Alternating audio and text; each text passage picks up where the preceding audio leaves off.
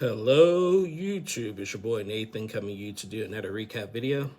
Today we are talking Little Singles, Season 1, Episode 4, Sandals, Scandals, and Secrets. So we're just going to get on into it. Not much went down on this episode. Some stuff was pretty shocking to be revealed. So in this episode, we picked up where we left off last week with Krista's birthday party. You know, everyone, they're all having a good time and everything. There's still some we left off when we seen JJ walk in on Steph and Sammy kissing and stuff, and that was addressed, and I'll get into that in a second. But Sammy playing both fields basically, because in this episode, after he's flirting with Steph and everything, and then next thing you know, back at the party, he's like stripping half naked and running around the house half naked and basically giving Krista a lap dance. Basically, you know, surprisingly, Steph wasn't like fazed by that because the producers asked her, "Is there anything that he wouldn't do?" And she's like, "No, no." No, you don't even have to finish that sentence and everything. So while Sammy was giving Krista that little show off moment, Krista was turning to that other guy that likes her, Anthony. And she told Anthony, she's like, "Are you upset? Or are you okay? That was just like a little dance for him and didn't mean nothing." And Anthony was like, "I'm not jealous. I'm not jealous. Go have a good time. Have a good time. Just this and that and everything." So, so she thought, okay, cool. So she enjoyed the rest of her birthday night, and then we seen a conversation with, JJ confronted Sammy about the kiss with Steph and everything. She was like, "Look, I saw you guys kiss. Like, what are you doing? Like, you know, you're kissing her. You like Krista. Like, come on. Like, you got to be honest with yourself and everything." Meanwhile, John is having a conversation with this girl, Emilia, and rumor has it that John and Emilia are actually boyfriend and girlfriend. And I'll talk more about that in a sec. They're having a conversation. They said that they met online a while ago. They do content together sometimes and stuff, and you know they finally met in person, and he's just like really wants to get to know her and stuff and everything. Later, after they had a conversation, we seen Sammy have a conversation with Emilia because Sammy was just like, you know, John is acting really weird. And he was telling the group that he's acting really weird, and he was texting somebody the other night and stuff and everything. So Sammy wanted to get it to the bottom of it. So Sammy wanted to go have a conversation with Emilia, and you know, basically the conversation was really nothing. Oh, no, we're just friends and all this and that and everything. But John kind of got upset with that because apparently John a few years ago liked this girl, and Sammy freaking stole stole the girl from him and stuff. Like they both like John really liked this girl, but he didn't tell nobody and everything. And then Sammy like stole her and stuff and everything. Sammy said that he had no idea it was that he really liked that girl and stuff. And he was like, "I really apologize for how that affected John and stuff." But now John is just like, you know, I can't really trust Sammy when it comes to my relationships because you know, I don't know what he's gonna be doing. I don't know what he's gonna be capable of doing and stuff and everything. So there was that. So after the party wraps up, everybody goes to bed. The next day rolls around, and the house is a pigsty. They party so hard that, oh my God, that house was just so nasty. So JJ, Sammy, and John tried to clean up and everything. Krista's still sleeping and waking up and texting Anthony and stuff. Everybody's like, "Where's Krista? Tell her to come out here and help." So Krista comes up. She's like, "Oh, you guys started cleaning without me." Like, we're like, yeah, like grab a broom or something.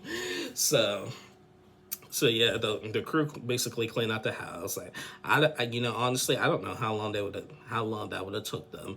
Even with the four of them, with the five of them, that house probably could have took hours to clean up because it was that messy from the floors to the counters all the way out to the pool and stuff and everything. It was disgusting. So anyway, when we were talking about John and Emilia, John had opened up about something kind of sad. John had mentioned that with him being a little person, he's only liked average sized woman because that's all he ever knew basically and everything. He told a story that one time he was hanging out with a group of friends when he was like 13. I think they were doing like spin the bottle or something, and like someone had to kiss like all the guys in the room and stuff and everything. And I guess all the other guys got a kiss except for John, and the girls didn't want to kiss John because he was small. And that is sad. That's sad. I've said this since the series began. I feel for the small for the small people, because I mean I'm short myself. I mean I know I'm average height. I'm not a dwarf. I don't have dwarfism, but I'm small, and I'm judged constantly because of my height and stuff. And just because I'm short doesn't mean I'm not a man. Doesn't mean I can't protect you. I'm sorry that I can't. I'm sorry if I dated somebody who's taller than me, and you don't feel like I feel protected because of my height. But don't underestimate me. Just saying. So I felt bad when he told that story. Meanwhile, after they cleaned up the house, JJ and Krista decide to go out. They go and do some shopping and everything. And Krista is kind of irritated with Sammy and Anthony because they both asked her out on a date, but neither one of them has took the initiative to actually fully like commit to her and actually take her out on a date, because Krista said she's never been with a little person. She's never been on a date with a little person. Same with her. She's only dated average sized people. And she opened up a story about her ex. She said she dated this guy when she was between ages 13 and 21, and who was great. Apparently it wasn't toxic. Apparently it was great. He handed on her, waited on her hand and foot, took her everywhere, bought her everything, like treated her like a princess. That was great. And he didn't mind. I guess even like Krista's mom was like, well, you created a monster and stuff. But Krista said that, even though he was great, but I feel like if I would have stayed with him longer, it would have stumped my growth, basically. Because she said they broke up because they drifted apart and stuff and everything. And Krista said she didn't get a driver's license until she was 21, 22. And so, but yeah, but like I said, she's only dated an average sized people and stuff and everything. So she's just finally waiting for Sammy to take her out, or Anthony. Now everybody likes Anthony more and stuff because Sammy's is falling for two girls basically.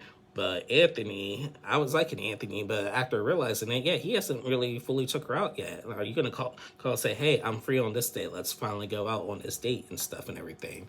And so, and then her and JJ had a conversation, and JJ did not want to tell Krista about the kiss, but she told